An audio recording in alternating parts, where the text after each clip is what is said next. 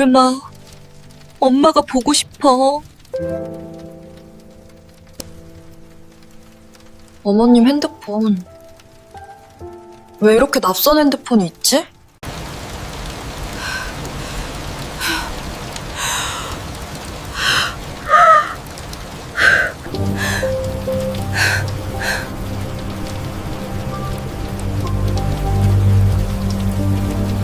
나는 우리 집에 시어머니가 두고 가신 핸드폰을 발견했다.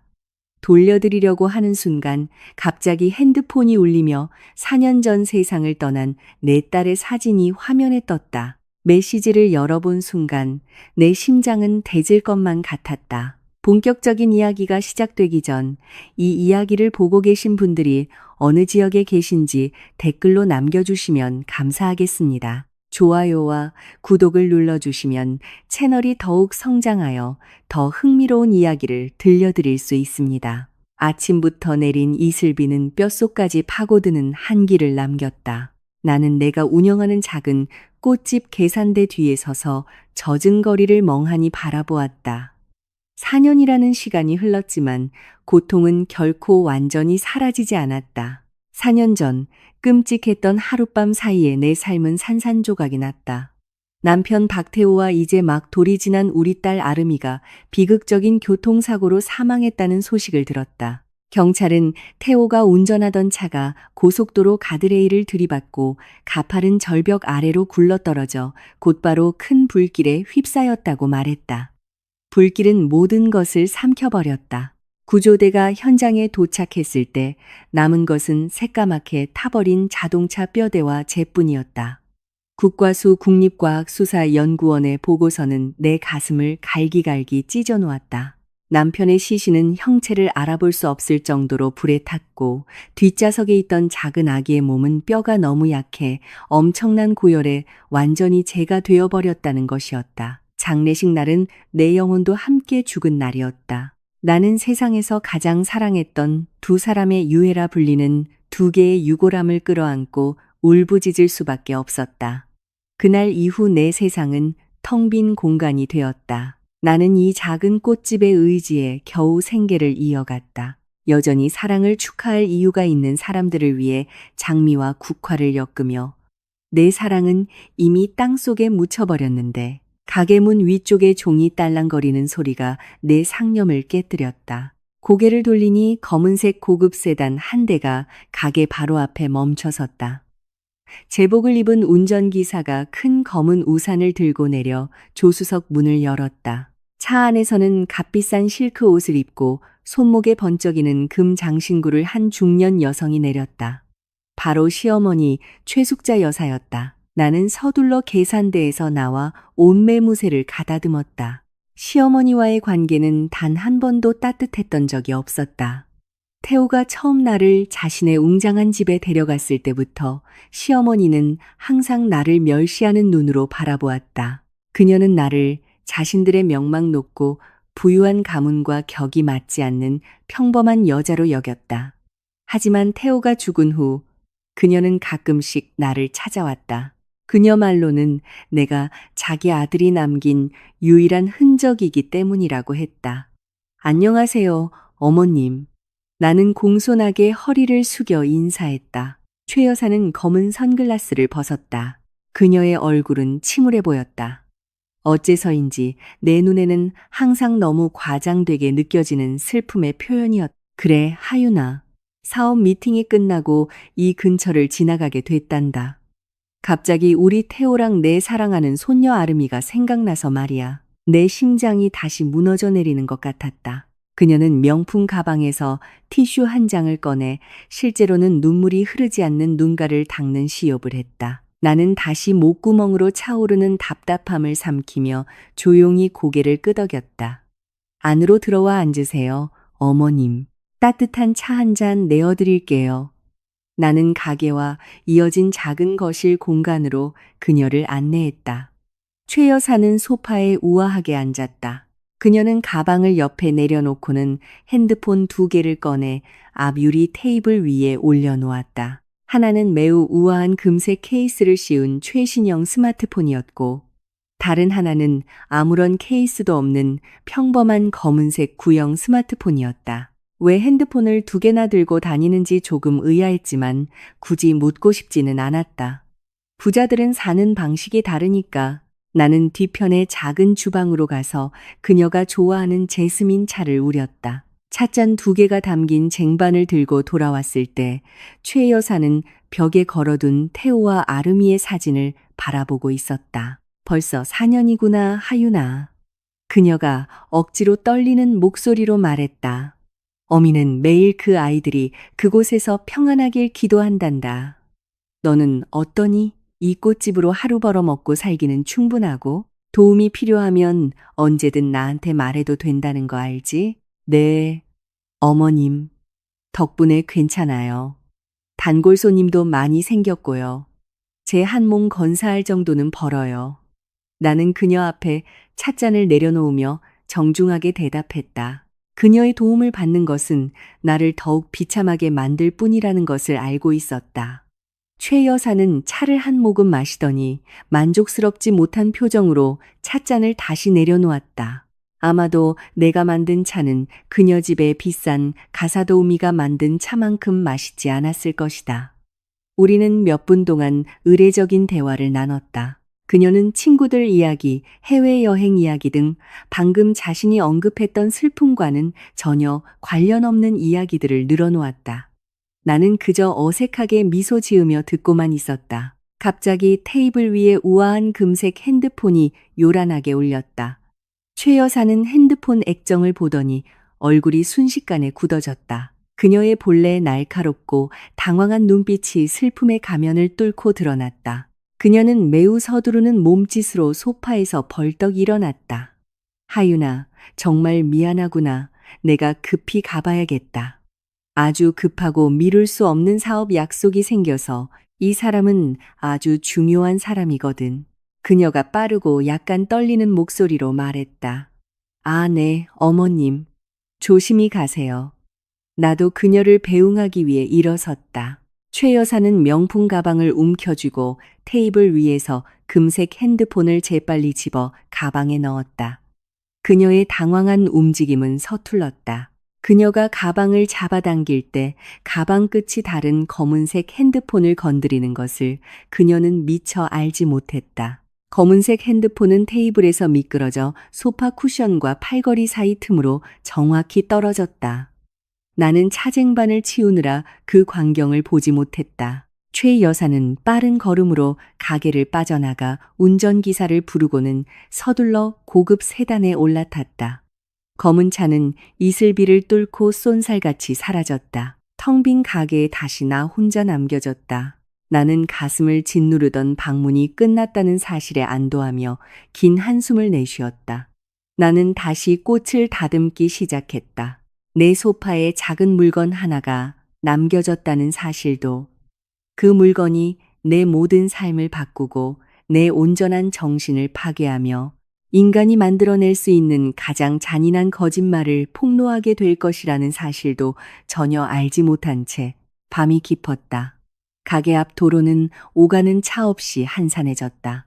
나는 문에 걸린 팻말을 CLOSD로 돌리고 유리문을 단단히 잠갔다. 피로가 발끝부터 등까지 퍼져나갔다. 하루 종일 서서 손님을 응대하고 꽃을 다듬었더니 온몸이 으스러지는 것 같았다. 나는 거실 공간으로 비틀거리며 걸어가 씻고 자기 전에 잠시 앉아 쉴 생각이었다. 최 여사가 앉았던 소파 쿠션을 정리하던 중 내 손이 소파 틈새에서 차갑고 딱딱한 무언가에 닿았다. 나는 그것을 꺼냈다. 평범한 검은색 핸드폰을 보자 눈이 가늘어졌다. 바로 오늘 낮에 최 여사가 가져왔던 두 번째 핸드폰이었다. 분명 급하게 전화를 받다가 떨어뜨린 것이리라. 나는 핸드폰을 손바닥 위에 올려놓았다. 이상하다 고 생각했다. 보통 최 여사 같은 사람이 이렇게 브랜드도 불분명한 평범한 핸드폰을 쓸 리가 없었다. 이 핸드폰은 너무나 평범했고 심지어 신분을 숨기고 싶은 사람들이 자주 사용하는 대포폰처럼 보이기도 했다. 나는 핸드폰을 테이블 위에 올려놓고 내일 아침 최 여사에게 전화에 물건이 남겨졌다고 알려줄 생각이었다. 화장실로 가려는데 막 수건을 집어든 순간 테이블 쪽에서 긴 진동음이 들려왔다. 나는 거실로 돌아갔다.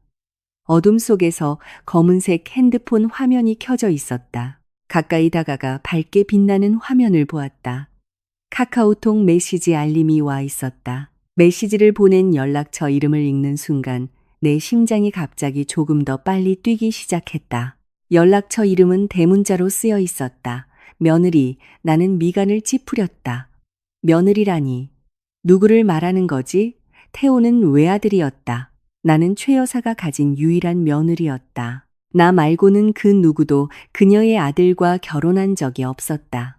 그렇다면 최 여사의 번호를 저장하고 이 비밀스러운 핸드폰에 며느리라고 이름 붙인 사람은 누구일까? 최 여사가 다른 양아들이라도 들였나 아니면 그냥 오타일까? 갑자기 강렬한 호기심이 나를 사로잡았다. 머릿속에서는 무시하라고 남의 핸드폰을 여는 것은 매우 무례한 행동이라고 속삭였다. 하지만 그 연락처 이름이 계속 나를 괴롭혔다. 뭔가 잘못된 느낌이었다. 이 핸드폰의 존재와 그 연락처 이름에는 무언가 부자연스러운 점이 있었다. 살짝 떨리는 손으로 나는 핸드폰을 집어들었다. 화면을 터치하자 6자리 비밀번호를 요구했다. 나는 어른들이 자주 사용하는 일부터 6가지의 연속된 숫자를 입력해 보았다. 화면이 붉게 깜빡이며 비밀번호가 틀렸다고 알렸다. 0을 6번 입력해 보았다. 또 틀렸다. 나는 텅 빈 거실에 서서 비밀번호를 요구하는 화면을 응시했다. 열심히 생각했다. 최 여사가 사용할 만한 가장 가능성 있는 숫자 조합은 무엇일까? 그녀 또래의 사람들은 보통 생년월일을 사용한다. 태호의 생년월일. 나는 고인이 된 남편의 생년월일과 출생연도를 입력해 보았다. 틀렸다. 아래 10수를 깨물었다. 그렇다면 최 여사 본인의 생년월일은 어떨까? 몇 년 전 그녀의 호화로운 생일 파티를 기억해냈다. 그녀는 8월 10몇일 65년생이었다. 나는 천천히 6자리 숫자를 눌렀다. 140865 아주 작은 딸깍 소리가 들렸다. 핸드폰 화면이 열렸다. 숨이 등궜다. 나는 정말로 시어머니의 비밀 핸드폰에 들어가는데 성공했다. 손이 더욱 심하게 떨렸다. 마치 비밀 금고를 막던 도둑이 된 기분이었다. 하지만 내 호기심은 더 이상 억누를 수 없었다. 나는 카카오톡 앱을 찾아 열었다. 목록 맨 위에는 며느리라는 이름의 연락처와의 대화방이 있었다. 아직 읽지 않았다는 표시가 있었다. 나는 그 연락처 이름을 눌렀다. 대화방이 열렸다. 내 눈은 곧바로 그 연락처가 방금 보낸 사진에 꽂혔다. 긴 문자 메시지가 아니라 사진 한 장이었다. 나는 화면을 뚫어지게 쳐다보았다. 사진 속에는 5살쯤 되어 보이는 여자아이가 있었다. 아이는 아주 예쁜 분홍색 드레스를 입고 있었다. 화창한 놀이터에 서서 큰 의자 모양의 은박 풍선을 들고 있었다.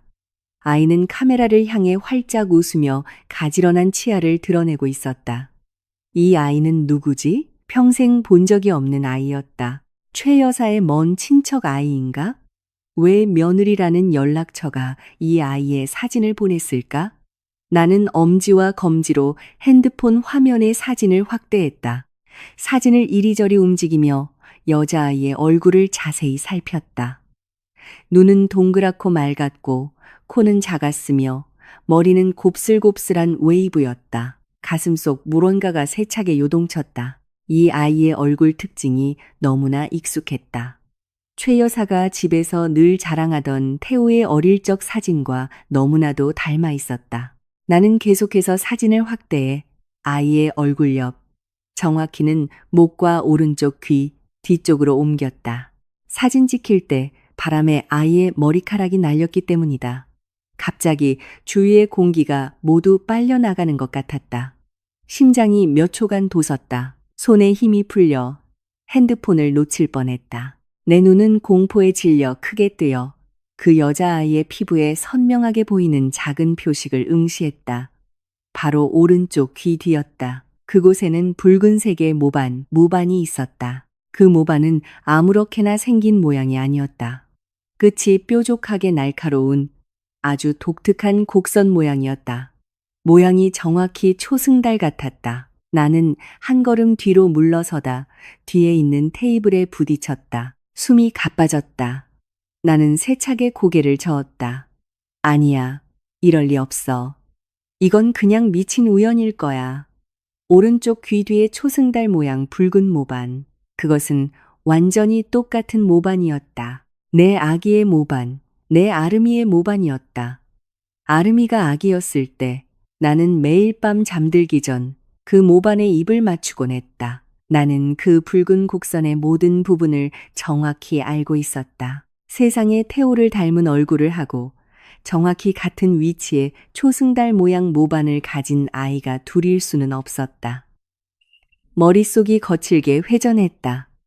머리가 너무 어지러웠다. 아름이는 4년 전에 죽지 않았나? 불타는 차 안에서 그 아이의 몸은 재가 되지 않았나? 그 아이의 재가 담긴 유골함을 끌어안았던 것은 바로 나 자신이 아니었던가? 그렇다면 이 사진 속의 5살짜리 여자아이는 누구란 말인가? 왜 그 아이는 이미 세상에 없어야 할 내 딸과 그렇게나 똑같이 생겼을까? 나는 눈물이 고여 흐릿해진 시야로 다시 핸드폰 화면을 바라보았다.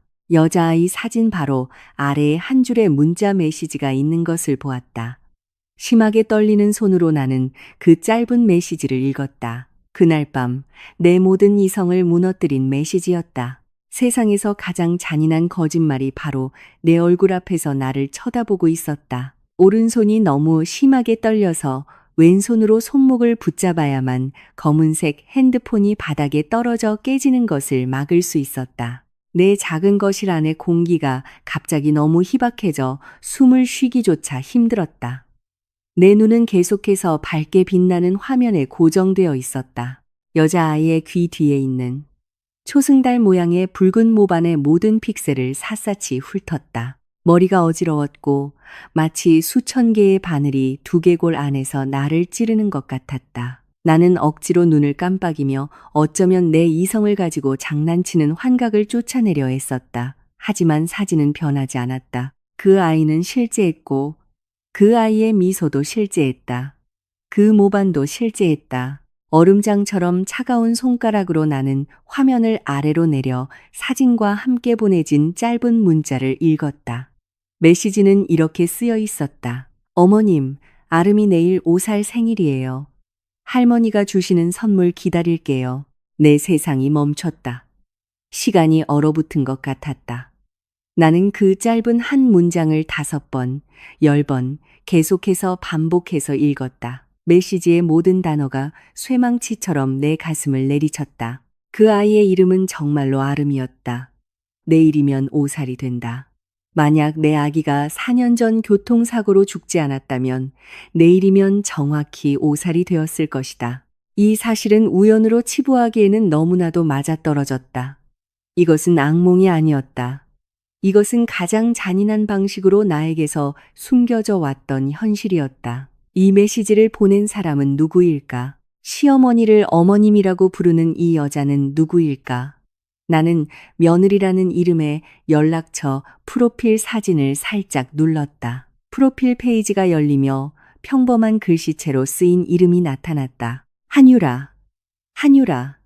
나는 마음속으로 그 이름을 되뇌었다. 한유라가 누구지? 태호와 연애하고 결혼하는 동안 나는 그 이름을 들어본 적이 없었다. 그녀는 먼 친척일까? 남편의 내연녀였을까? 아니면 시어머니가 내 자리를 대신하기 위해 의도적으로 준비한 여자일까? 머릿속은 수백 개의 질문으로 가득 차 서로 충돌하며 오늘 밤에는 찾을 수 없는 답을 요구했다. 공포와 뒤섞인 호기심이 내 엄지손가락을 계속해서 핸드폰 화면 위로 스크롤하게 만들었다. 나는 그들의 지난 며칠간의 대화 기록을 읽었다. 그들의 대화는 매우 편안하고 친밀해 보였다. 음식 메뉴에 대해 이야기하고 최신 명품 가방 가격에 대해 그리고 연말 휴가 계획에 대해 이야기했다. 그들은 마치 행복과 사치 속에서 사는 시어머니와 며느리처럼 대화했다. 슬픔이나 상실감을 나타내는 문장은 단 한 줄도 없었다. 그러다 내 눈은 약 3일 전에 한유라가 보낸 메시지에 고정되었다.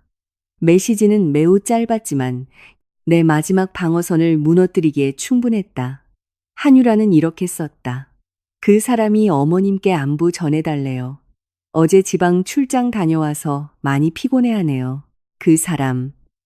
한유라가 말하는 그 사람은 누구일까? 지방 출장을 다닐 정도로 일하고 시어머니에게 안부를 전하며 한유라와 아름이와 함께 사는 남자. 내 뇌가 이 피투성이 퍼즐의 모든 조각을 맞추는 데는 오랜 시간이 걸리지 않았다. 그 남자는 내 남편이었다. 그 남자는 박태호였다. 태호는 살아 있었다. 내 남편은 죽지 않았다. 내 딸도 죽지 않았다. 그들 둘은 나와 같은 하늘 아래에서 살아 숨쉬고 있었다. 이 사실은 엄청나게 강력한 힘으로 나를 강타했다. 나는 비틀거리며 뒤로 물러서다 거실 벽에 부딪혔다. 나는 차가운 바닥으로 천천히 주저앉아 내 무릎을 끌어안았다. 4년 동안 매일 밤 울며 지새웠던 유골함. 세상이 너무 잔인하다고 느낄 때마다 끌어안았던 유골함. 내 눈물로 직접 닦았던 그 유골함은 알고 보니 어디서 온지도 모를 죄가 담겨 있었을 뿐이었다. 아마도 나무죄, 쓰레기죄, 혹은 내가 전혀 모르는 낯선 사람의 몸에서 나온 죄였을지도 모른다. 눈꺼풀에 고여있던 눈물이 마침내 쏟아져 내렸다. 하지만 이번에는 슬픔이나 그리움의 눈물이 아니었다. 이것은 배신감의 눈물이었다. 나는 그 장례식 날을 다시 떠올렸다. 시어머니가 무덤 앞에서 히스테릭하게 울부짖으며 묘비를 꼭 껴안고 태호와 아름이의 이름을 목이 쉬도록 외치던 모습을 기억했다. 그녀가 나를 껴안으며 신이 내린 시련을 우리가 함께 이겨내야 한다고 속삭였던 것을 기억했다. 그 모든 것이 거짓이었다. 그녀의 눈물은 거짓이었고 그녀의 포옹도 거짓이었다. 그녀의 위로의 말은 나를 잠재우고 내 운명을 받아들이게 하기 위해 내 혈관에 의도적으로 주입한 독이었다. 그들은 모두 공모하여 나를 속였다. 내 남편은 자신의 죽음을 위장하고 나를 고통과 가난 속에서 살게 내버려 둔 채 다른 여자와 새로운 가정을 꾸렸다.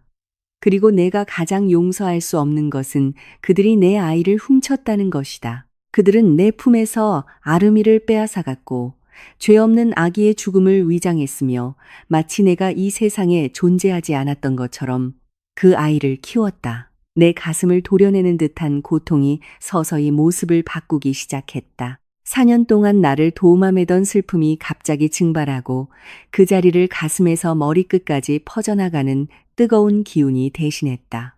그 뜨거운 기운은 분노였다. 아주 순수한 분노. 어둡고 짙은 분노였다. 유골함과 함께 묻혀있던 내 모성애가 다시 깨어났다. 나는 아이를 빼앗긴 어미였다. 나는 감히 자기 새끼를 건드리는 자의 목을 물어뜯을 암늑대였다. 나는 뺨에 남은 눈물 자국을 거칠게 닦아냈다. 더 이상 울지 않을 것이다. 내 눈물은 내 고통 위에서 행복하게 웃고 있던 자들을 위해 흘리기에는 너무 아까웠다. 나는 바닥에서 일어섰다. 그 검은색 핸드폰을 아주 꽉 쥐었다. 내 눈은 더 이상 절망을 비추지 않았다. 대신 복수심으로 가득 찬 날카로운 빛을 뿜어냈다. 섣불리 행동할 수 없다는 것을 알았다. 만약 내가 오늘 밤 바로 시어머니에게 달려간다면 그들은 분명 사실을 왜곡할 것이다. 아니면 더 나쁘게는 아름이를 데리고 멀리 떠나버려 내가 다시는 찾을 수 없게 만들지도 모른다. 나는 영리하게 움직여야 했다. 그들보다 더 교활해져야 했다. 그들은 내가 어리석고 연약하며 속이기 쉬운 과부라고 계속 그렇게 생각하게 내버려 둘 것이다. 나는 그들의 오만함을 이용해 그들을 안에서부터 무너뜨릴 것이다. 오늘 밤 김하윤이라는 이름의 연약한 여자는 죽었다. 남은 것은 지난 4년 동안 흘린 모든 눈물 한 방울에 대한 복수를 맹세하는 한 명의 엄마뿐이었다. 그날 밤 나는 한숨도 자지 못했다. 내 눈은 어두운 침실 천장을 똑바로 응시했고 머릿속은 수백 가지 계획을 짜느라 분주했다. 벽시계의 초침 소리가 분노로 가득 찬 피를 펌프질하는 내 심장 박동에 맞춰 계속해서 똑딱거렸다. 침대 위에는 화면이 꺼진 채로 최 여사의 검은색 핸드폰이 놓여 있었다. 이 핸드폰을 내가 가지고 있는 것은 내 계획을 위태롭게 할 수 있는 큰 실수라는 것을 알았다. 최 여사는 매우 꼼꼼하고 조종에 능한 여자였다. 자신의 비밀 핸드폰이 사라진 것을 깨닫는 순간 그녀는 분명 오늘 자신이 방문했던 모든 곳을 추적할 것이다. 그리고 마지막으로 들렀던 곳이 내 꽃집이라는 것을 기억해낼 것이다. 만약 내가 이 핸드폰을 숨기고 모르는 척 한다면 그녀는 분명 의심할 것이다. 사람을 고용해 내 집을 뒤지게 할지도 모른다. 아니면 더 심하게는 자신의 정체가 탄로 났다는 것을 깨닫고 즉시 태호에게 경고해 아르미를 데리고 해외로 도망치게 할 것이다. 그런 일은 절대 일어나게 둘 수 없었다. 이 핸드폰은 그녀의 손에 돌려주어 그녀가 안심하고 아무것도 의심하지 않게 만들어야 했다. 하지만 동시에 나는 그들의 대화를 계속 감시할 접근 권한이 필요했다. 나는 그들이 내 딸을 어디에 숨겼는지 알아내야만 했다. 새벽녘 기발한 아이디어가 머리를 스쳐 지나갔다. 나는 즉시 침대에서 일어나 방구석에 있는 내 작업 책상으로 빠르게 걸어갔다. 낡았지만 아직 잘 작동하는 내 개인 노트북을 켰다.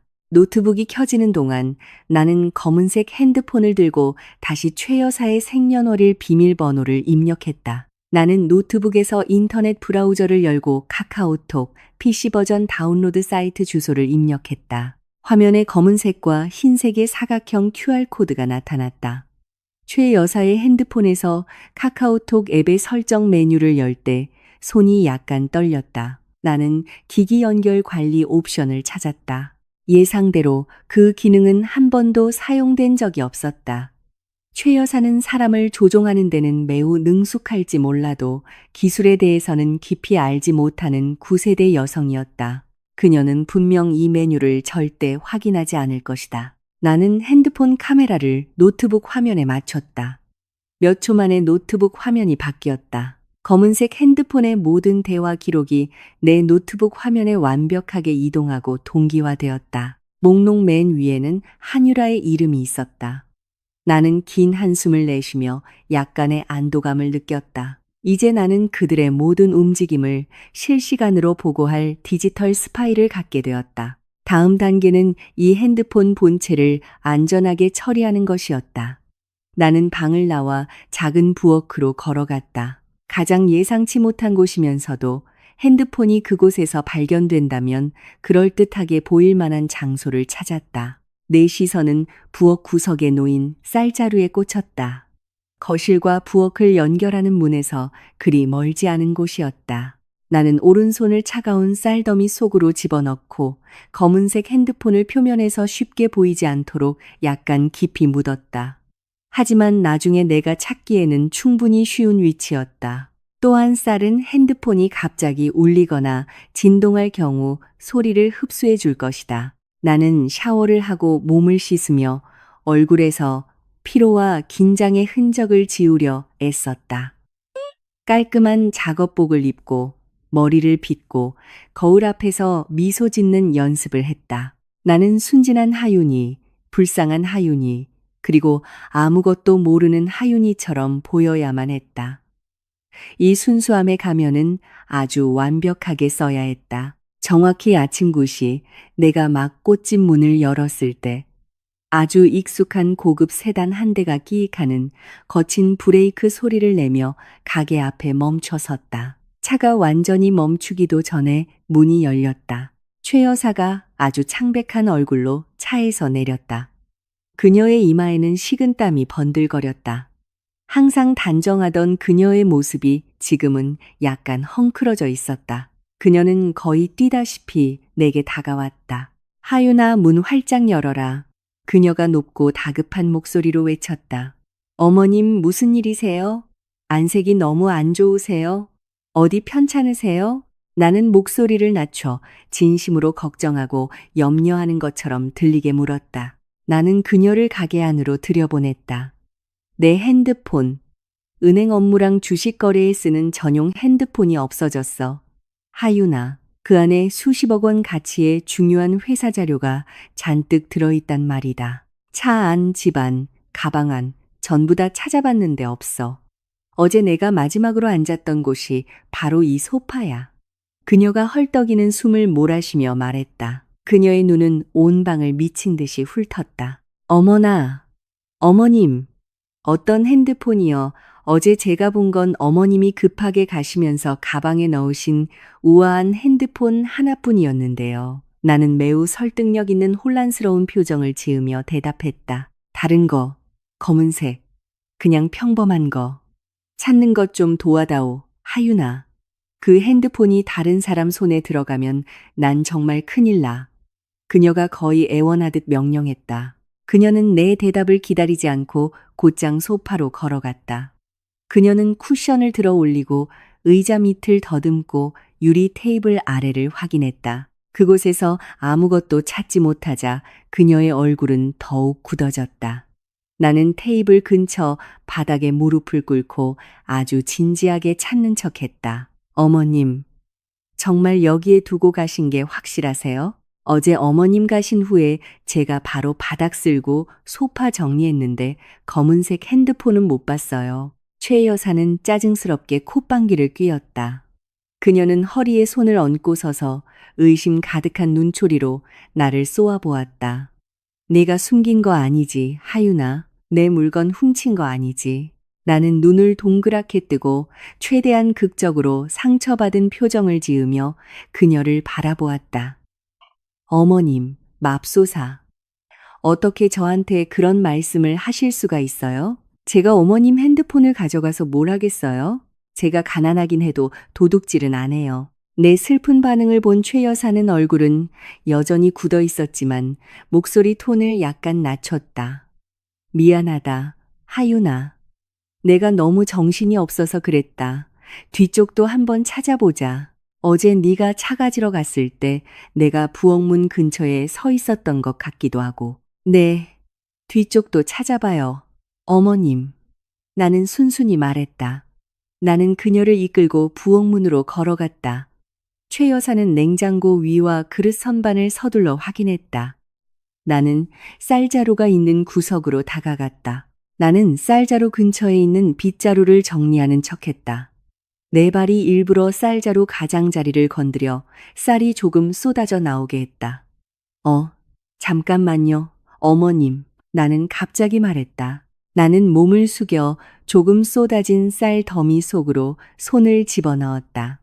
정확히 몇 시간 전 내가 핸드폰을 묻었던 그 위치에서 내 손이 딱딱한 물건에 닿았다. 나는 그것을 꺼내 높이 들어 올렸다. 어머님, 혹시 찾으시는 핸드폰이 이건가요? 최 여사의 눈이 휘둥그레졌다.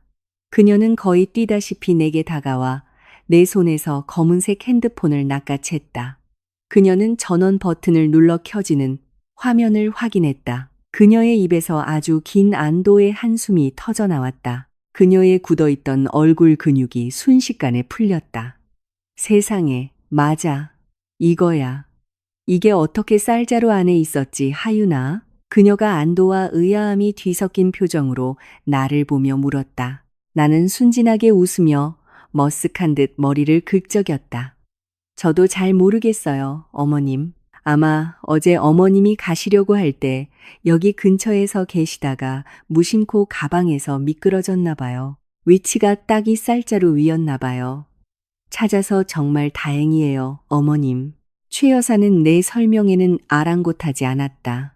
그녀는 값비싼 옷 끝자락으로 핸드폰을 닫고는 소중하게 껴안았다. 다행이다. 고맙다. 하윤아, 정말 고마워. 난 이제 사무실로 빨리 돌아가 봐야겠다. 그리고 내가 이 핸드폰을 잃어버렸었다는 건 아무에게도 말하지 마라. 네, 어머님. 알겠습니다. 나는 고개를 끄덕이며 대답했다. 나는 그녀를 가게 밖으로 배웅했다. 이번에는 최 여사의 발걸음이 훨씬 가볍고 여유로워 보였다. 그녀는 차에 올라타 평소의 거만한 태도로 손을 흔들었다. 차는 멀리 사라져갔고 자신의 큰 비밀을 성공적으로 지켜냈다고 생각하는 시어머니를 태우고 떠났다. 나는 가게 문 앞에 서서 그 차가 길모퉁이에서 사라질 때까지 지켜보았다. 내 얼굴에 순진한 미소가 서서히 사라지고 평생 한 번도 지어본 적 없는 차가운 냉소가 그 자리를 대신했다. 나는 돌아서서 내 방으로 들어가 문을 단단히 잠갔다. 작업 책상으로 다가갔다. 노트북 화면은 여전히 밝게 켜져 있었다. 그곳에는 한유라, 태호, 그리고 최 여사의 메시지 기록을 보여주는 카카오톡 PC 버전 화면이 활짝 열려 있었다. 그들은 자신들이 이 게임에서 이겼다고 생각했다. 그들은 내가 계속 어둠 속에서 우는 조주로 남을 것이라고 생각했다. 그들은 크게 착각했다. 오늘부터 이 이야기의 결말을 쓰는 사람은 바로 나다. 나는 노트북 앞에 앉아 그들의 모든 거짓말의 미로를 하나씩 파헤칠 준비를 했다.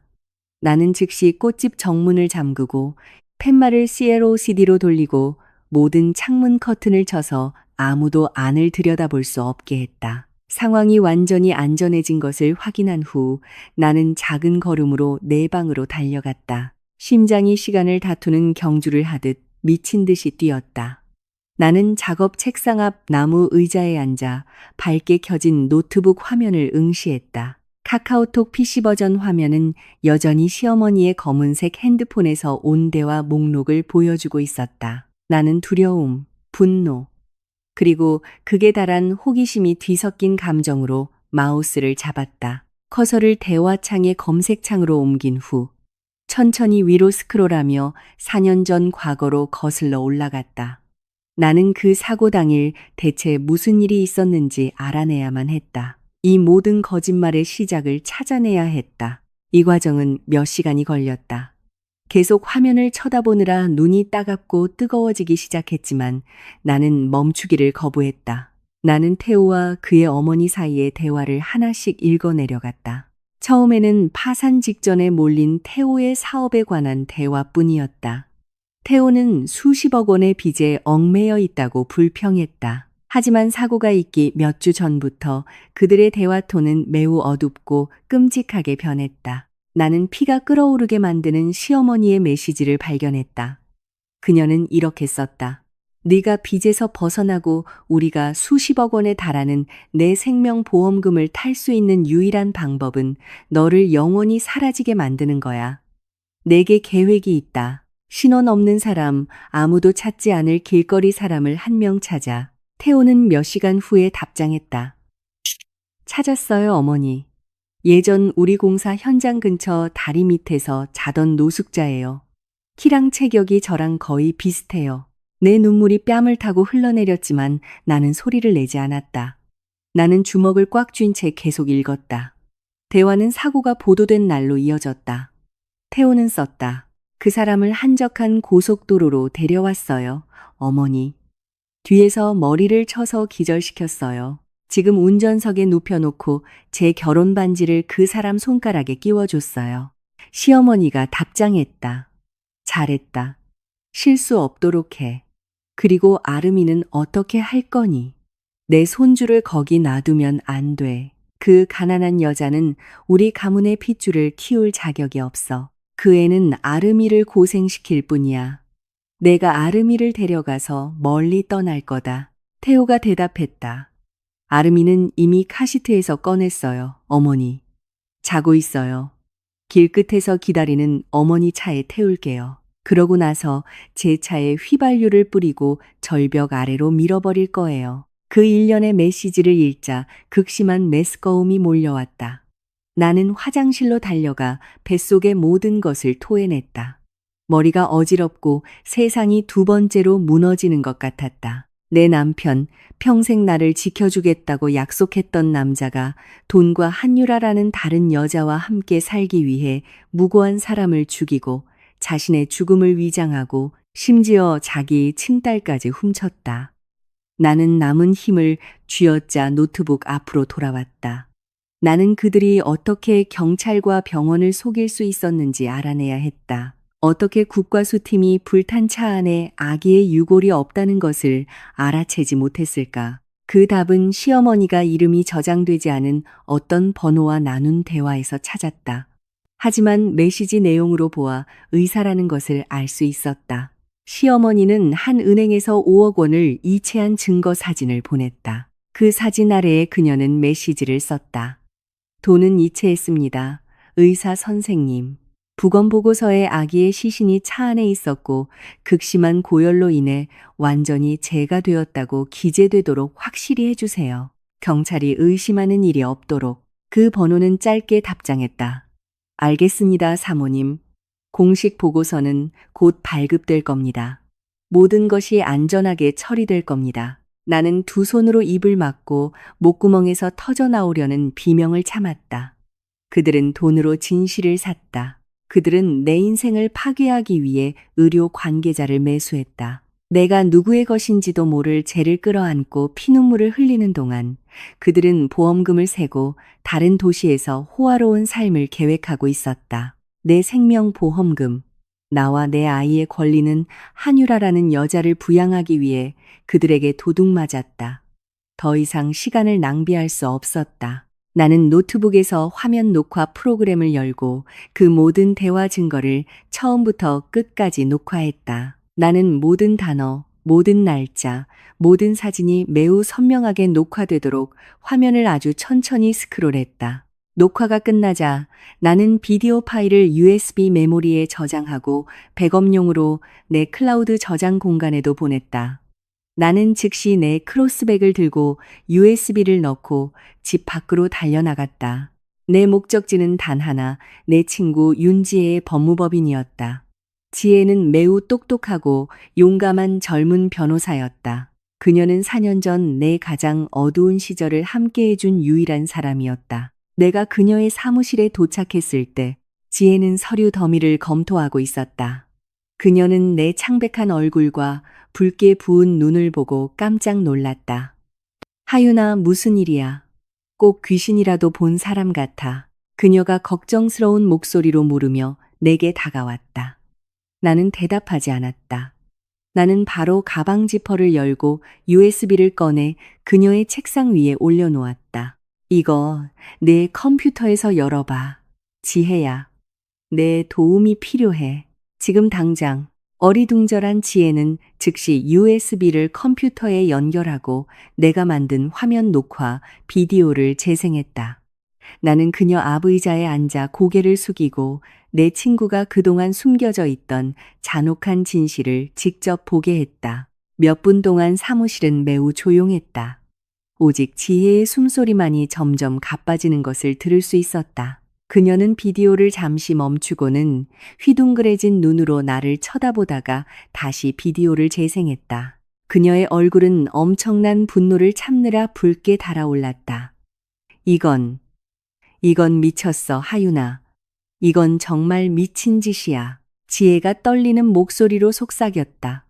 비디오가 끝난 후 그녀는 의자에서 일어나 책상을 매우 세게 내리쳤다. 그들은 인간이 아니야. 악마야. 내 남편과 시어머니가 죽음을 위장하고 무고한 사람을 죽이고 의사를 매수하고 내 아이를 납치했다고. 나 이제 어떻게 해야 해, 지혜야? 내 아이를 되찾고 싶어. 그들 모두 감옥에서 썩게 만들고 싶어. 나는 희망에 찬 눈으로 그녀를 바라보며 쉰 목소리로 말했다. 지혜는 즉시 재킷과 차키를 집어들었다. 이걸 일반 경찰에 신고할 수는 없어. 내 시어머니의 인맥은 분명 막강할 거야. 또 다른 경찰을 매수할 수도 있어. 내 대학 선배를 찾아가야 해. 강철민 경감님. 그분은 아주 청렴하고 정직하며 돈으로 매수할 수 없는 형사님이야. 우리는 즉시 지방경찰청으로 달려가 강철민 경감님과의 개인적인 면담을 요청했다. 그는 매우 날카롭고 위험 있는 눈빛을 가진 중년 남성이었다. 굳게 닫힌 그의 사무실 안에서 지혜는 모든 것을 순서대로 설명했고 강 경감님은 증거대와 비디오를 재생했다. 시청을 마친 후 강 경감님은 의자에 등을 기댔다. 그의 얼굴은 매우 진지했고 턱은 굳어 있었다. 이것은 더 이상 단순한 보험 사기 사건이 아닙니다. 이것은 계획살인, 공문서 위조, 의료 관계자 매수, 그리고 가장 중대한 아동 납치 공모 사건입니다. 이 카카오톡 PC 버전 도청 증거가 법정에서 효력이 있을까요, 경감님? 지혜가 전문적인 어조로 물었다. 이 디지털 증거는 4년 전 종결된 사건을 재수사하는 데 충분한 초기 단서가 됩니다. 하지만 그들이 도망칠 기회를 주지 않고 즉시 체포하려면 직접적인 시각적 증거가 필요합니다. 강 경감님이 설명했다. 그는 내 눈을 바라보며 말했다. 김하윤 씨, 우리는 지금 그들의 정확한 위치를 찾아야 합니다. 그들이 아이를 어디에 숨겼는지 아십니까? 나는 가져온 노트북을 열어 인터넷에 연결하고 다시 카카오톡 PC 버전을 열었다. 오늘 아침 한유라의 최신 대화를 찾았다. 여기요, 경감님. 나는 화면을 가리키며 말했다. 오늘 아침 한유라가 제 딸의 생일 선물을 배달할 택배기사에게 배송지 위치를 보냈어요. 주소는 부산의 한 고급 주택가예요. 강 경감님은 단호하게 고개를 끄덕였다. 아주 좋습니다. 즉시 비밀팀을 구성해 이동하겠습니다. 그동안 두 분은 조용히 부산으로 가서 목표물이 정말 그 위치에 있는지 확인해 주십시오.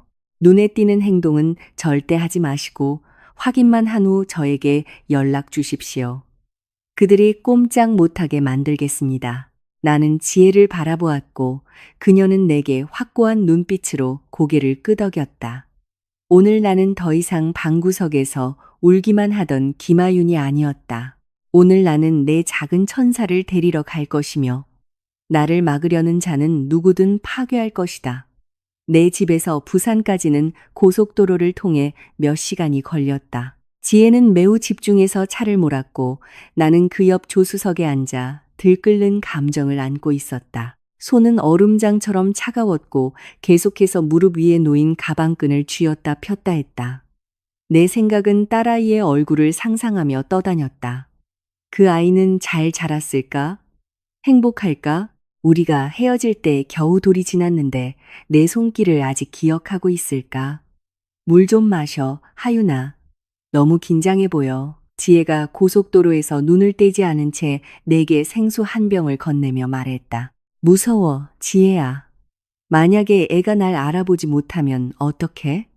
한유라라는 그 여자가 애 머릿속을 세뇌시켜서 날 미워하게 만들었으면 어떡하지? 나는 떨리는 목소리로 대답했다. 지혜가 내 어깨를 가볍게 두드렸다. 엄마와 친자식 간의 유대는 어떤 거짓말로도 끊을 수 없어. 하윤아, 날 믿어. 내 피가 그 아이 몸속에 흐르고 있어. 그 아이가 내 눈을 보면 본능이 말해줄 거야. 지혜의 말은 내 마음에 약간의 힘을 주었다. 나는 고개를 끄덕이고 물을 마시며 걷잡을 수 없이 뛰는 심장을 진정시키려 애썼다.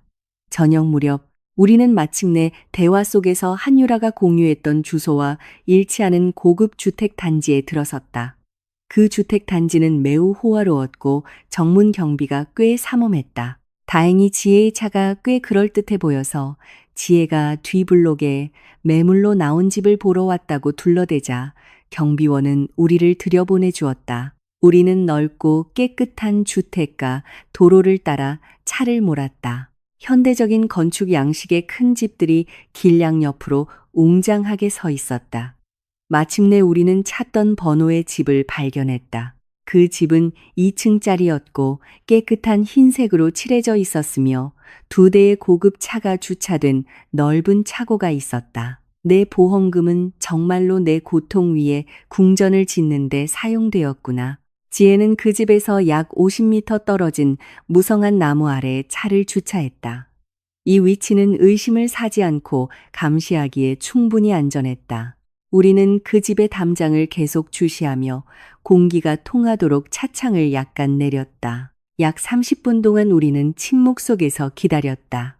갑자기 집 차고 옆에 작은 대문이 열렸다. 내 가슴이 곧 튀어나올 것처럼 미친 듯이 뛰기 시작했다. 작은 여자아이가 문 뒤에서 나왔다. 아이는 밝은 노란색 놀이복을 입고 있었다. 발걸음은 힘이 없었고 고개는 푹 숙여져 있었다. 사진 속에서 봤던 바로 그 아이였다.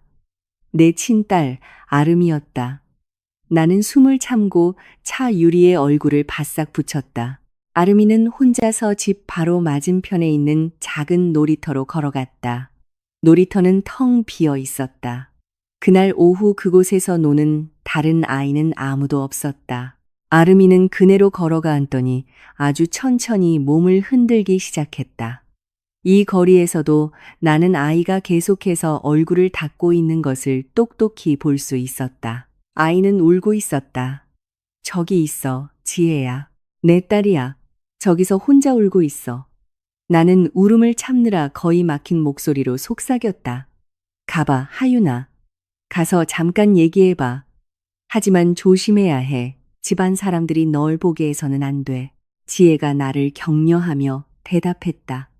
나는 소리를 내지 않으려고 아주 조심스럽게 차문을 열었다. 나는 길가를 따라 살금살금 걸으며 보도블록을 따라 심어진 장식용 나무들 뒤에 몸을 숨겼다. 내 눈은 그네에 앉아있는 작은 모습에서 한시도 떼지 않았다. 내딛는 한 걸음 한 걸음이 너무나 무겁게 느껴졌다. 마치 지구의 중력이 나를 더 강하게 끌어당기는 것 같았다. 마침내 나는 그네에서 불과 몇 걸음 떨어진 덤불 뒤에 도착했다. 나는 아이의 가슴 아픈 흐느낌 소리를 들을 수 있었다. 어떤 엄마의 마음이 자기 아이가 저렇게 우는 소리를 듣고 무너지지 않을 수 있을까? 나는 아이를 놀라게 하지 않으려고 천천히 앞으로 나아갔다. 안녕, 예쁜 아가씨. 왜 여기서 혼자 울고 있니? 나는 내가 낼 수 있는 가장 부드러운 목소리로 말을 걸었다. 아름이가 깜짝 놀랐다. 아이는 고개를 들어 눈물이 그렁그렁한 동그란 눈으로 나를 쳐다보았다. 그 눈, 그 코, 모든 것이 나와 태호의 얼굴을 합쳐놓은 모습이었다. 아이는 혼란스러운 표정으로 나를 쳐다봤지만 두려워하는 것 같지는 않았다. 무서워하지 않아도 돼. 아줌마는 널 해치지 않을 거야. 아줌마는 그냥 너처럼 예쁜 아이가 우는 걸 보니 슬퍼서 그래. 나는 잔디 위에 무릎을 꿇고 아이의 얼굴과 내 얼굴 높이를 맞추며 말했다. 아름이는 손등으로 코를 닦았다. 친구들이 나빠. 나보고 사생하래. 유라 아줌마는 그냥 새엄마고 내 진짜 엄마는 없대. 나랑 안 놀아준대. 아이가 가슴을 후벼 파는 순진한 어조로 말했다. 그 말은 마치 날카로운 단검이 내 심장에 직접 꽂히는 것 같았다. 그들은 내 아이를 빼앗아갔을 뿐만 아니라 내 아이가 마음의 상처를 안고 자라게 내버려뒀다. 그들은 아이의 감정을 방치했다. 내 눈물을 더 이상 참을 수 없었다. 나는 아이 앞에서 눈물을 흘렸다. 나는 떨리는 손을 들어 아이의 부드러운 뺨을 만졌다. 아이의 피부에서 전해지는 따뜻함이 내 손으로 흘러들어와 4년 동안 얼어붙었던 그리움을 녹였다. 나는 천천히 아이의 머리카락을 오른쪽 귀 뒤로 넘겼다. 그리고 그곳에 그것이 있었다. 초승달 모양의 붉은 모반. 더 이상 참을 수 없었다. 나는 그 작은 몸을 내 품으로 끌어당겼다. 나는 아이를 아주 꽉 껴안았다.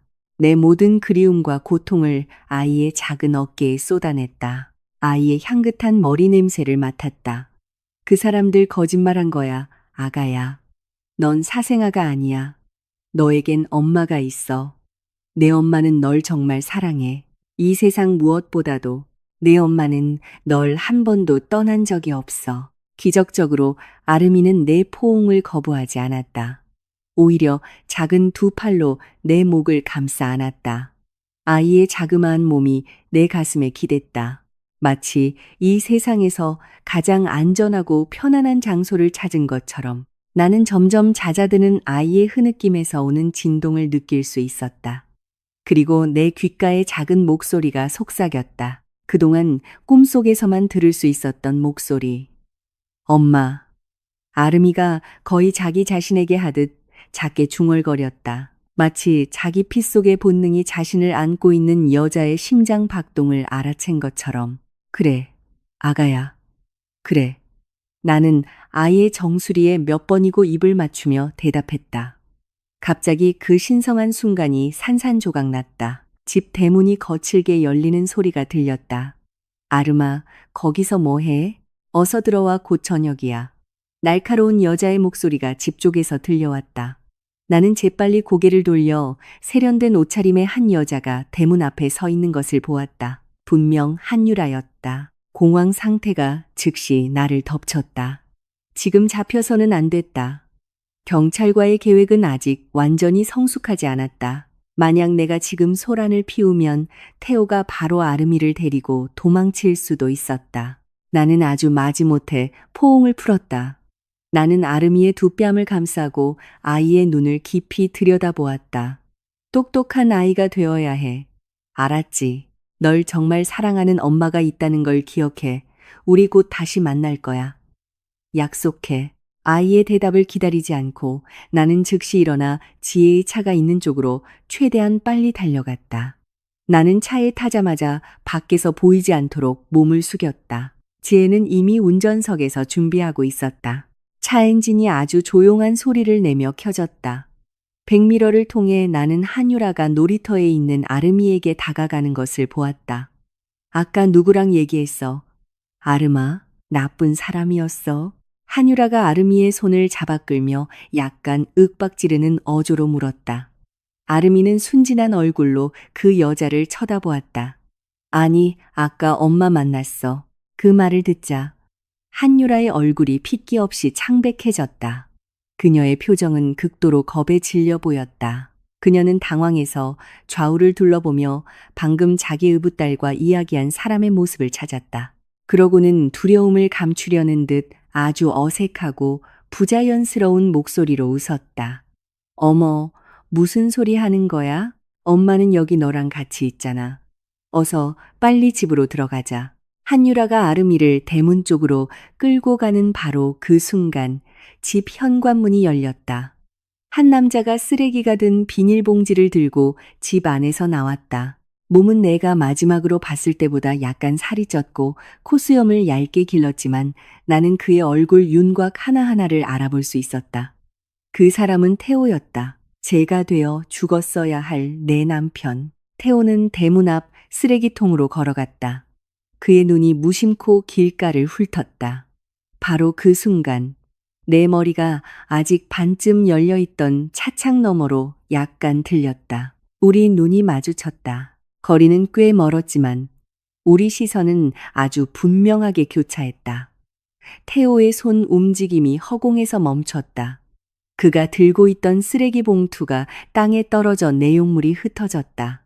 그의 얼굴이 순식간에 종이처럼 창백해졌다. 그의 눈은 크게 뜨여 마치 무덤에서 일어나 자기 목숨을 거두러 온 유령을 본 듯한 극도의 공포에 질린 표정으로 나를 응시했다. 그는 내가 그를 찾아냈다는 것을 알았다. 가, 지혜야, 빨리 가. 내가 다급하게 외쳤다.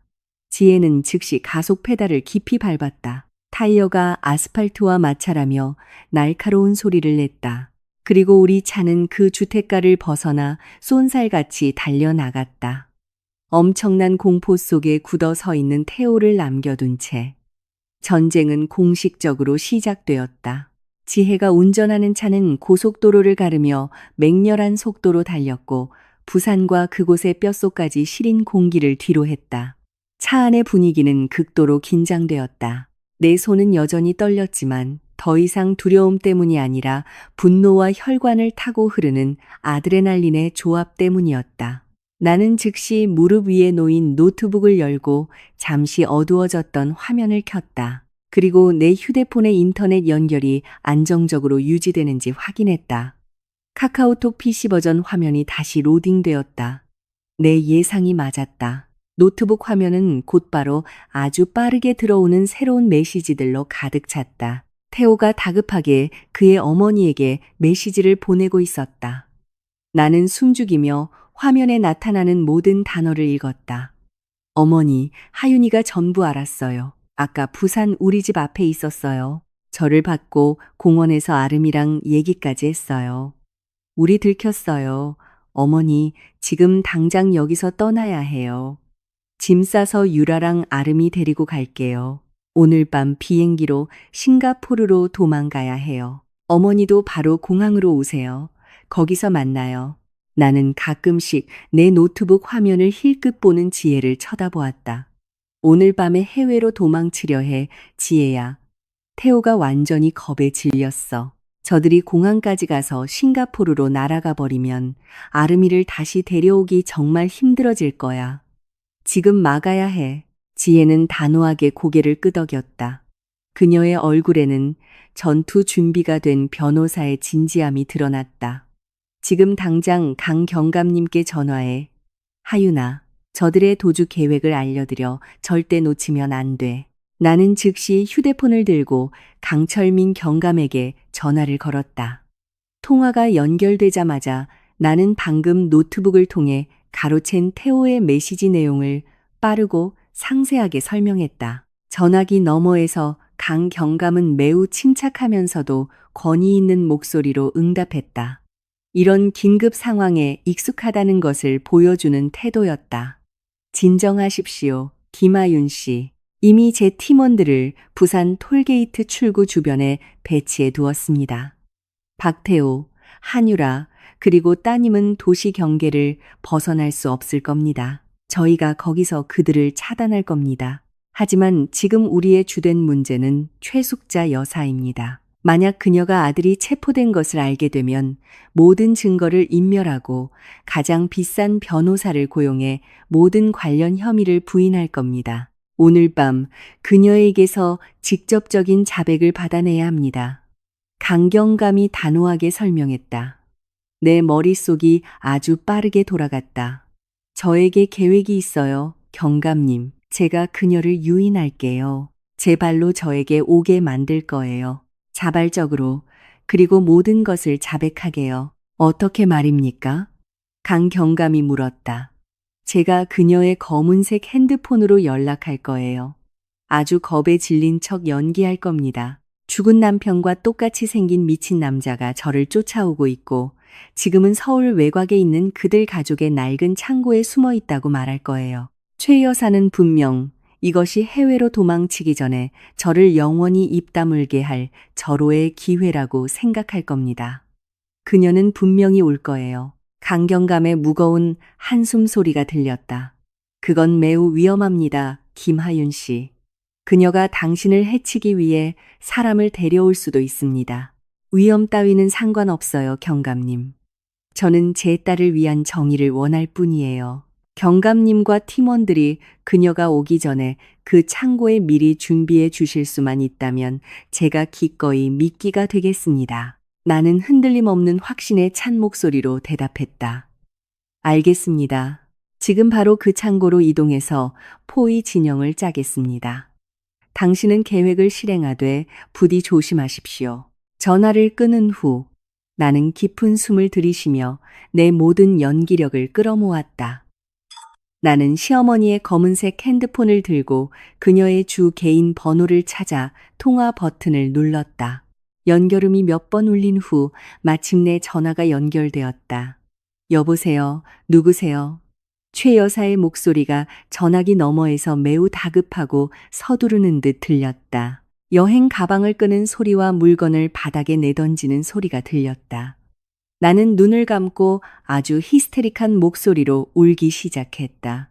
마치 아주 멀리서 달려온 것처럼 숨이 끊어질 듯한 소리를 냈다. 어머님, 어머님, 저 좀 살려주세요. 하윤이 좀 살려주세요. 하윤아, 왜 이 번호로 전화를 하니? 무슨 일이야? 왜 미친 사람처럼 울어? 그녀가 거칠게 쏘아붙였다. 어머님, 너무 무서워요. 오늘 낮에 고객 결혼식 때문에 꽃 사러 지방에 갔다가 태호 씨를 봤어요. 그 사람이 살아있었어요.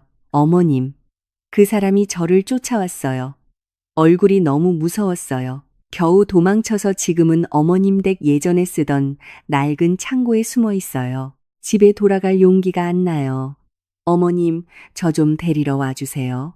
그 사람이 절 죽이려 할 거예요. 어머님. 나는 절망에 찬 목소리로 외쳤다. 전화기 너머에서 잠시 침묵이 흘렀다. 최 여사의 교활한 머리가 새로운 계획을 짜고 있는 모습이 상상되었다. 그녀의 당황한 기색이 갑자기 사라지고 그 자리를 차갑고 계산적인 목소리가 대신했다. 네가 우리 집 낡은 창고에 있다고? 거기 혼자 있니? 그녀가 확인하듯 물었다. 네, 어머님, 저 혼자예요. 여긴 너무 어둡고 무서워요. 살려주세요, 어머님. 내 흐느낌은 더욱 커졌다. 알았다, 하윤아. 거기 그대로 있어라. 누구에게도, 특히 경찰에게는 절대 연락하지 마. 그 미친 남자를 더 화나게 만들 뿐이야. 내가 지금 너를 데리러 그쪽으로 가겠다. 문은 안에서 잠그고 있어. 전화는 일방적으로 끊겼다. 나는 귀에서 핸드폰을 내리고 가짜 눈물을 닦았다. 내 얼굴은 아주 차갑게 변했다. 미끼는 물렸다. 늙은 암늑대가 내가 만든 덫을 향해 걸어오고 있었다. 2시간 후, 지혜는 눈에 띄지 않도록 낡은 창고 구역에서 약간 떨어진 곳에 차를 주차했다. 나는 차에서 내려 잡초와 키 큰 억새로 가득한 창고 부지로 혼자 걸어 들어갔다. 밤 공기는 매우 습했다. 먼지와 녹슨 쇠 냄새가 코를 찔렀다. 나는 칠흑같이 어두운 커다란 건물 안으로 들어섰다. 갑자기 뒤에서 누군가의 손이 내 어깨를 만졌다. 나는 비명을 지를 뻔했지만 강경감이 즉시 조용히 하라는 신호를 보냈다. 그는 혼자가 아니었다. 무장한 수십 명의 경찰관들이 나무 상자 더미 뒤, 지붕의 쇠 골조 위, 그리고 어두운 방 구석구석에 숨어 있었다. 강경감은 내 옷깃 뒤에 아주 작은 녹음기를 부착해 주었다. 방 한가운데 저 부서진 샹들리에 바로 아래에 서 계십시오. 그녀가 최대한 많이 말하게 하세요. 그녀가 자기 범행을 자백하는 즉시 저희가 움직이겠습니다. 강경감이 다시 어둠 속으로 사라지기 전에 속삭였다. 나는 방 한가운데로 걸어가 꼼짝 않고 섰다. 위쪽 환기구를 통해 들어오는 희미한 달빛만이 있을 뿐이었다. 숨 막히는 정적은 아주 오랫동안 계속되는 것 같았다. 마침내 부지로 들어오는 자동차 엔진 소리가 들렸다. 차량 헤드라이트 불빛이 창고 벽을 훑었다. 차 문이 세게 닫히는 소리가 들렸고 그 뒤를 이어 여러 사람의 발걸음이 창고 정문으로 다가오는 소리가 들렸다. 커다란 철문이 밀려 열리면서 귀를 찢는 듯한 소리를 냈다. 최 여사가 어두운 색의 긴 코트를 입고 문지방에 서 있었다. 그녀는 혼자가 아니었다. 그녀 뒤에는 험상궂은 얼굴을 한 거구의 남자 2명이 서 있었다. 그들은 더러운 일을 처리하는데 익숙한 용병처럼 보였다. 최 여사는 얼굴에 거만한 미소를 띠고 안으로 들어섰다. 더 이상 당황한 기색은 없었다. 오직 역겨운 승리자의 아우라만이 있을 뿐이었다. 하윤아, 내 불쌍한 며느리. 거기 서 있는 꼴이 참 가련하구나. 그녀가 조롱하는 어조로 말을 걸었다. 나는 아주 겁에 질린 척하며 뒷걸음질 쳤다. 어머님, 와주셔서 다행이에요. 이 사람들은 누구예요? 어머님, 태호 씨는 어디 있어요? 태호 씨랑 닮은 그 사람 잡으라고 경찰에 신고하셨어요? 최 여사는 큰 소리로 웃었다. 그녀의 웃음소리는 텅 빈 창고 벽에 부딪혀 메아리 쳤다. 마치 축제를 벌이는 마녀의 소리 같았다. 경찰? 내가 왜 경찰을 부르겠니? 하윤아, 네가 본 그 사람은 정말 태호야. 내 남편. 그는 죽은 적이 없어. 나는 눈을 동그랗게 뜨고 반쯤 정신이 나간 듯 충격받은 척했다. 말도 안 돼요. 그럼 그제는 제가 묻은 사람은 누구예요? 불탄 차 안에 있던 사람은 누구였냐고요? 최 여사는 점점 더 가까이 다가왔다. 2명의 용병이 팔짱을 낀 채 뒤를 따랐다. 넌 정말 어리석고 가난한 여자야, 하윤아. 4년 동안 넌 신원도 없는 더러운 노숙자의 죄가 담긴 유골함을 붙들고 울었던 거야. 태호가 그의 머리를 치고 운전석에 눕히고 그 차를 불태웠지. 전부 내 생명보험금을 타내기 위해서였어. 수십억 원이야. 하윤아, 네가 평생 꽃이나 팔아서는 절대 모을 수 없는 돈이지. 그럼 경찰이랑 병원은요? 그들은 그게 태호 씨랑 아름이라고 했잖아요. 나는 그녀를 더 자극하기 위해 떨리는 목소리로 물었다. 이 세상 모든 것은 돈으로 살 수 있어, 하윤아. 그 국가 수의사에게는 5억 원을 줘서 부검 보고서를 조작하게 했지. 그는 아름이의 몸이 제가 되었다고 썼어. 사실 아름이는 불태우기 전에 내가 차에서 이미 데리고 나왔는데 말이야. 내 가문의 핏줄은 너 같은 천한 피를 가진 여자에게서 자라기에는 너무 소중해. 지금 아름이는 태호와 그의 새아내, 너보다 훨씬 그에게 어울리는 한유라와 함께 행복하게 살고 있어. 최 여사가 자랑스럽게 말했다. 이번에는 정말로 눈물이 흘렀다. 더 이상 연기가 아니라 그녀의 끝없는 잔인함을 듣고 다시 가슴을 도려내는 듯한 고통 때문이었다. 어머니는 심장이 없어요. 제 인생을 망가뜨렸어요. 엄마한테서 아이를 떼어놓았다고요. 그건 내가 우리 가족에 어울리지 않기 때문이야. 최 여사가 소리쳤다. 그녀는 뒤에 있는 2명의 용병에게 신호를 보냈다. 이 여자 처리해. 오랜 우울증으로 자살한 것처럼 꾸며 이 일 끝나고 난 싱가포르행 비행기를 타야 해. 2 용병은 주머니에서 접이식 칼을 꺼내며 앞으로 나아갔다. 하지만 그들이 3번째 걸음을 떼기도 전에 창고 구석구석에 있던 모든 고출력 탐조등이 일제히 켜지며 방 안에 있는 모든 사람의 눈을 멀게 했다. 손들어, 무기 바닥에 버려. 너희는 포위됐다. 강경감의 목소리가 확성기를 통해 우렁차게 울려 퍼졌다. 수십 명의 경찰관들이 숨어 있던 곳에서 나와 최 여사와 2 용병에게 총구를 겨눴다. 2 용병은 즉시 칼을 떨어뜨리고 겁에 질린 얼굴로 2 손을 공중으로 들었다. 최 여사는 그 자리에 얼어붙었다. 그녀의 거만한 미소가 순식간에 사라졌다. 그 자리에는 시체처럼 창백한 얼굴만이 남았다. 그녀는 믿을 수 없다는 표정으로 방 안을 둘러보았다. 입은 열렸다가 닫혔지만 아무 소리도 나오지 않았다. 바로 그때 강경감의 어깨에 부착된 무전기가 시끄럽게 울렸다. 보고합니다. 팀장님, 부산 톨게이트 차단팀이 박태호, 한유라를 검거했습니다. 용의자들이 저항했으나 제압에 성공했습니다. 딸 아름양은 구조되었으며 현재 여경과 함께 안전한 상태입니다. 그 보고를 듣자 나는 더러운 창고 바닥에 무릎을 꿇었다. 내 울음이 터져 나왔다. 엄청난 안도감의 눈물이었다.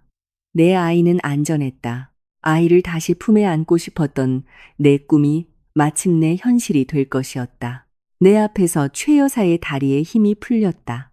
그녀는 바닥에 주저앉아 경찰관이 자신의 손목에 채우는 차가운 쇠수갑을 멍하니 바라보았다. 그녀의 모든 오만함, 모든 재산, 그리고 모든 거짓말은 그날 밤 산산조각이 났다. 암늑대는 마침내 자신의 덫에 걸려들었다.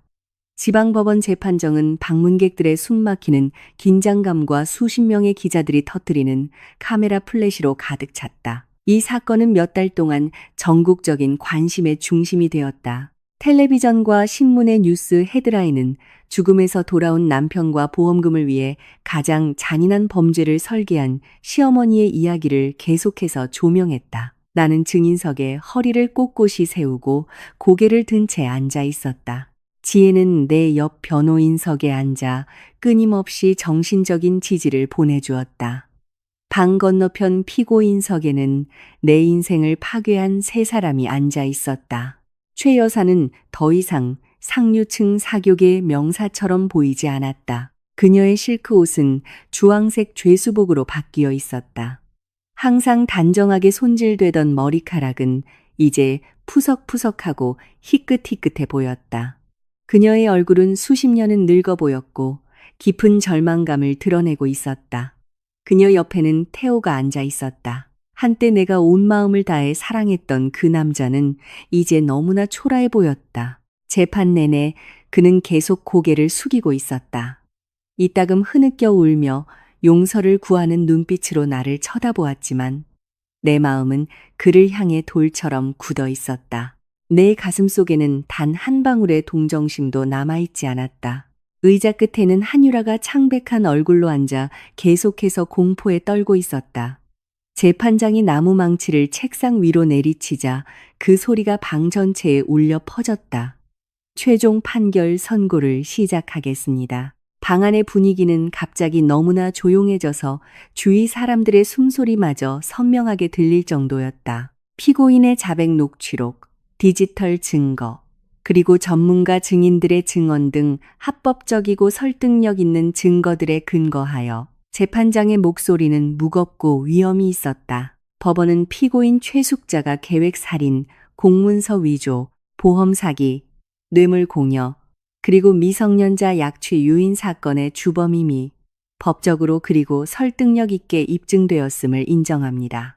이에 법원은 징역 20년을 선고합니다. 방문객석에서 웅성거리는 소리가 들렸다. 최 여사는 눈을 감고 조용히 눈물을 흘렸다. 재판장이 계속해서 말했다. 피고인 박태호는 살인, 사망위장, 그리고 아동 납치에 가담한 사실이 법적으로 그리고 설득력 있게 입증되었습니다. 법원은 징역 15년을 선고합니다. 그리고 범죄를 은폐하고 사기 수익을 향유하는데 공모한 사실이 입증된 피고인 한유라에게는 징역 8년을 선고합니다. 망치가 다시 3번 내리쳐졌다. 정의는 마침내 실현되었다. 처벌을 받은 것은 그들 3사람뿐만이 아니었다. 최 여사에게서 뇌물을 받은 부패한 국과수의사도 체포되어 의사 면허가 박탈되고 감옥에 수감되었다.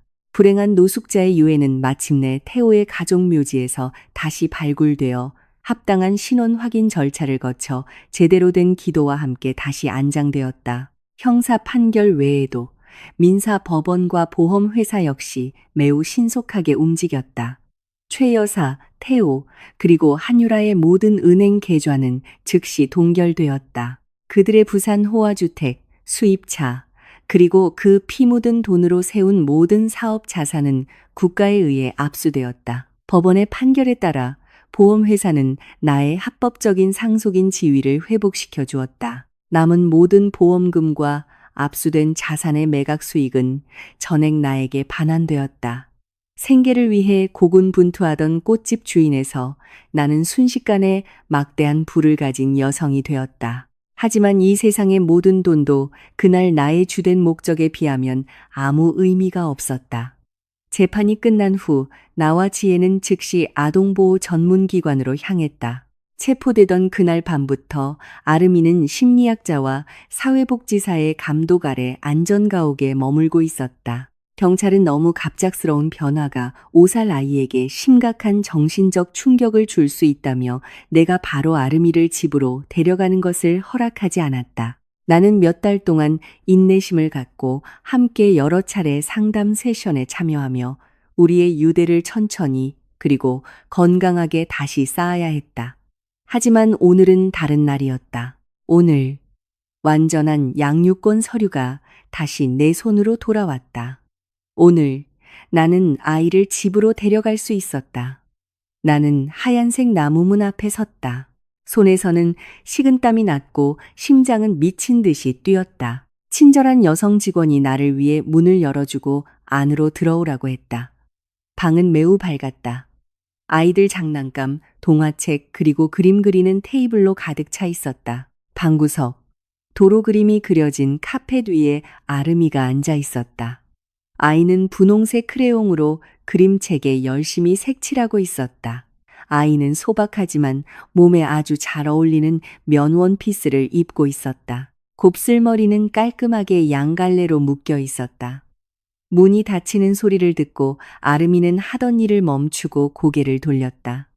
아이의 동그란 눈이 나를 뚫어지게 쳐다보았다. 몇 초간의 침묵이 흘렀다. 나는 마음속으로 아이가 나를 두려워하지 않기를, 우리가 함께한 모든 상담 세션이 결실을 맺기를 계속해서 기도했다. 나는 카펫 위에 무릎을 꿇고 떨리는 미소를 지으며 두 팔을 활짝 벌렸다. 안녕, 아가야. 아름이의 눈이 환하게 빛났다. 더 이상 아이의 얼굴에는 혼란이나 망설임이 없었다. 그날 놀이터에서의 포옹에 대한 기억과 상담 기간 동안 우리가 함께한 시간들이 한유라가 심어놓은 모든 거짓말을 지워버렸다. 아이는 크레용을 내려놓고 일어서서 내게로 최대한 빨리 달려왔다. 아이는 작은 몸으로 내 가슴에 부딪히며 작은 팔로 내 목을 아주 힘껏 감쌌다. 엄마, 엄마, 나 데리러 왔구나. 아이가 낭낭하고 기쁨에 찬 목소리로 외쳤다. 내 눈물이 걷잡을 수 없이 쏟아졌다. 나는 아이의 포옹에 답하며 아이의 얼굴 전체, 머리카락, 그리고 물론 오른쪽 귀 뒤에 있는 초승달 모양의 붉은 모반에 입을 맞추었다. 그래, 아가야. 엄마 여기 있어. 엄마가 너 집에 데려갈 거야. 우린 이제 다시는 영원히 헤어지지 않을 거야. 그 포옹은 너무나 따뜻해서 지난 4년 동안 내 마음 속에 있던 모든 상처를 치유해 주었다. 한때 죽었던 내 영혼이 이제 다시 살아났다. 텅 비었던 내 집에 이제 다시 주인이 돌아왔다. 그 역사적인 날로부터 1년이 지났다. 내 삶은 완전히 바뀌었다. 나는 보험금의 일부를 사용해 도심의 큰 상가 건물을 임대했다. 예전에 작고 한적했던 내 꽃집은 이제 매우 크고 성공적인 플라워 부티크로 변모했다. 나는 수십 명의 직원을 고용해 결혼식 장식, 국가 행사, 그리고 조화 주문 등을 처리하는 데 도움을 받았다. 지혜는 이제 내 회사의 고정 법률 고문으로 일하며 다시는 아무도 나를 속일 수 없도록 보장해 주었다. 남은 보험금으로 나는 조용한 교외 지역에 아주 아늑한 집을 샀다. 그 집에는 짙은 녹색 잔디, 무성한 망고나무, 그리고 활짝 핀 수십 개의 장미 화분으로 가득 찬 아주 넓은 뒷마당이 있었다. 그날 오후 햇살은 따뜻하게 빛나며 나뭇잎 사이로 황금빛을 비추었다. 나는 티크나무로 만든 정원 의자에 앉아 제스민 차 한 잔을 즐기며 소설책을 읽고 있었다. 산들바람이 내 얼굴을 스치며 막 물을 준 장미꽃에 향긋한 향기를 실어왔다. 잔디밭 한가운데에서는 아름이가 노란색 나비를 쫓으며 명랑하게 뛰어다니고 있었다. 아이의 청아한 웃음소리가 마당 전체에 울려 퍼졌다. 내 평생 들어본 소리 중 가장 아름다운 소리였다. 아이는 가벼운 흰색 원피스를 입고 있었다. 머리카락은 바람에 흩날리며 내 삶에 나타난 신의 기적의 명백한 증거인 초승달 모양의 붉은 모반을 드러냈다. 엄마, 봐. 나비가 빨간 장미꽃 쪽으로 날아가. 아름이가 정원 구석에 화분을 가리키며 외쳤다. 나는 찻잔을 내려놓고 활짝 웃었다. 잡지 마. 아가야. 우리 꽃에서 꿀을 즐기도록 자유롭게 날게 해두자. 나는 정원 의자에 등을 기댔다. 잠시 눈을 감고 깊은 숨을 들이쉬었다. 더 이상 슬픔도 거짓말도 없었다. 내 인생을 파괴했던 어두운 폭풍은 완전히 지나가고 아주 아름다운 무지개를 남겼다. 나는 한때 잃어버렸던 내 세상을 다시 찾았고 이번에는 남은 평생 동안 온 힘을 다해 지킬 것이다. 정의는 실현되었고 내 사랑은 이제 안전하게 내 품으로 돌아왔다.